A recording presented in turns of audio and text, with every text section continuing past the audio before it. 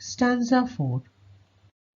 If you can talk with crowds and keep your virtue,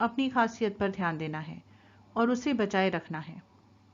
اور دوسری طرف شاعر کہتے ہیں کہ اگر تم کل کو بادشاہوں کے ساتھ اٹھتے بیٹھتے ہو، یعنی اگر تم بڑے لوگوں میں اٹھتے بیٹھتے ہو، رئیس لوگوں میں اٹھتے بیٹھتے ہو، تو تم اپنی جو جڑیں ہیں اسے مت بھولنا، کیونکہ یہ انسانی فطرت ہے۔ جب وہ امیر ہو جاتے ہیں، دنیا میں اعلیٰ مقام حاصل کر لیتے ہیں، وہ ان لوگوں کو نظر انداز کرنے لگتے ہیں جن کے ساتھ وہ بڑے ہوئے تھے، اور خود کو کسی اور ہی دنیا میں ڈھال دیتے ہیں۔ لیکن شاعر اپنے بیٹے سے کہتے ہیں کہ ہمیں ایسی صورت میں ہماری جو بنیادی سیرت ہے اسے نہیں بھولنا چاہیے، جو ہمارے اندر کا عام آدمی ہے اسے کھونے نہیں دینا ہے۔ If neither foes nor loving friends can hurt you، اگر نہ ہی تمہیں تمہارا دشمن یا کوئی پیارا دوست نقصان پہنچا سکتا ہے۔ If all men count with you but none too much، اور تمام لوگ تمہارے ساتھ کھڑے ہوں، تم پر بھروسہ کرتے ہوں، پر اتنا بھی نہیں۔ جہاں دوست ہیں وہاں دشمن بھی ہیں۔ دشمن کا تو کام ہی آپ کو نقصان پہنچانا ہوتا ہے، لیکن کبھی کبھی ہم اپنی دوستوں سے بھی ایسے زخم کھا لیتے ہیں جس سے ابھرنا ہمارے لیے مشکل ہو جاتا ہے۔ تو والد اپنے بیٹے سے کہہ رہے ہیں، ان دونوں صورتحال میں تم تیار رہنا، کیونکہ دنیا میں کب تمہیں کون دھوکہ دے پتہ نہیں، کب تم پر کوئی حملہ کر دے اس کا بھی ہم اندازہ نہیں لگا سکتے۔ تو پہلے سے چوکاننا رہنے میں سمجھداری ہے۔ اور if all men count with you but none too much، یہاں شاعر ایسا کیوں کہہ رہے ہیں کہ لوگوں کو تم پر بھروسہ ہونا چاہیے لیکن اتنا بھی نہیں؟ لوگ اگر آپ پر بھروسہ کریں تو یہ تو اچھی بات ہوتی ہے، لیکن جب کوئی بھی چیز حد سے زیادہ بڑھ جاتی ہے تو اس کی اچھائی بھی برائی میں تبدیل ہو جاتی ہے۔ جیسے تاریخ گواہ ہے کہ جب کسی لیڈر پر لوگ ضرورت سے زیادہ بھروسہ کرنے لگتے ہیں تو اس میں اکڑ پیدا ہونے لگ جاتی ہے۔ وہ خود کو اوروں سے اونچا اور اعلیٰ سمجھنے کی غلطی کر بیٹھتا ہے، اور اس جنون میں وہ غلط فیصلے لینے لگ جاتا ہے، اور آخرکار ان لوگوں کا اور خود کا بہت بڑا نقصان کر لیتا ہے، جیسے کہ اڈولف ہٹلر نے کیا تھا۔ If you can fill the unforgiving minute with 60 seconds worth of distance run، وقت کسی کے لیے نہیں رکتا، 1 منٹ صرف 60 سیکنڈز کا ہوتا ہے۔ یہاں ٹائم کو، وقت کو unforgiving یعنی معاف نہ کرنے والا، بے رحم اس لیے کہا جا رہا ہے کیونکہ 1 منٹ میں نہ 1 سیکنڈ زیادہ ملے گا نہ کم، ہر 1 منٹ کی قیمت ہوتی ہے۔ اس لیے شاعر اپنے بیٹے سے کہتے ہیں، ہر 1 منٹ کو تمہیں ایسے استعمال کرنا ہے مانو جیسے تمہارے پاس اس سے زیادہ وقت ہی نہ ہو۔ 1 لانگ رن کا مطلب ہوتا ہے ایک لمبی دوڑ۔ تو کیا ہم ایک لمبی دوڑ کو 1 منٹ میں پورا کر سکتے ہیں؟ نہیں، لیکن یہاں اس 60 سیکنڈ رن کا مطلب ہے کہ جو بھی وقت تمہیں ملتا ہے تم اس کا پورا پورا فائدہ اٹھانا، جتنی لمبی دوڑ تم لگا سکتے ہو، جو کچھ اس وقت میں حاصل کر سکتے ہو تم وہ کرنا۔ Yours is the earth and everything that's in it, and which is more, you'll be a man, my son۔ اور تب یہ دنیا اور اس کے اندر جو کچھ بھی ہے یہ تمہارا ہوگا، اور تب جا کر میرے بیٹے تم ایک مرد کہلاؤ گے، ایک بہترین انسان کہلاؤ گے۔ ان آخری 2 لائنوں میں ہمارے پوری نظم کے جو ifs ہیں، اگر ہیں، ان کا جواب ملتا ہے کہ اگر ہر برے حالات میں تم ڈٹے رہے، لوگوں کے کہنے سے تمہیں فرق نہیں پڑتا، لوگوں کے جھوٹ سے فرق نہیں پڑتا، نفرت کا جواب نفرت سے نہیں دیتے، جھوٹ کا جواب جھوٹ سے نہیں دیتے، تم سب کچھ ہار کر بھی دوبارہ سے شروع ہونے کا حوصلہ رکھتے ہو، اگر تم پورے معاشرے سے تعلق رکھتے ہوئے اپنی اچھائیاں، اپنی خوبیوں کو برقرار رکھ پاتے ہو، اگر تم بڑے لوگوں کے ساتھ اٹھنے بیٹھنے لگ جاتے ہو لیکن عام آدمی کی سوچ کو نہیں چھوڑتے، تم میں گھمنڈ یا غرور نہیں آتا، اور تم دوستوں یا دشمنوں کے دھوکے سے چوٹ نہیں کھاتے ہو، اور درد میں بکھر نہیں جاتے ہو، اور اگر تم میں صلاحیت ہے کہ وقت کا صحیح استعمال کرتے ہو، اسے ضائع نہیں ہونے دیتے ہو، تو میرے بیٹے اگر تم یہ ساری چیزیں کرتے ہو تو دنیا تمہارے مٹھی میں ہوگی، اور آخر کار تم ایک نوجوان سے مرد بن جاؤ گے، ایک بہترین انسان بن جاؤ گے۔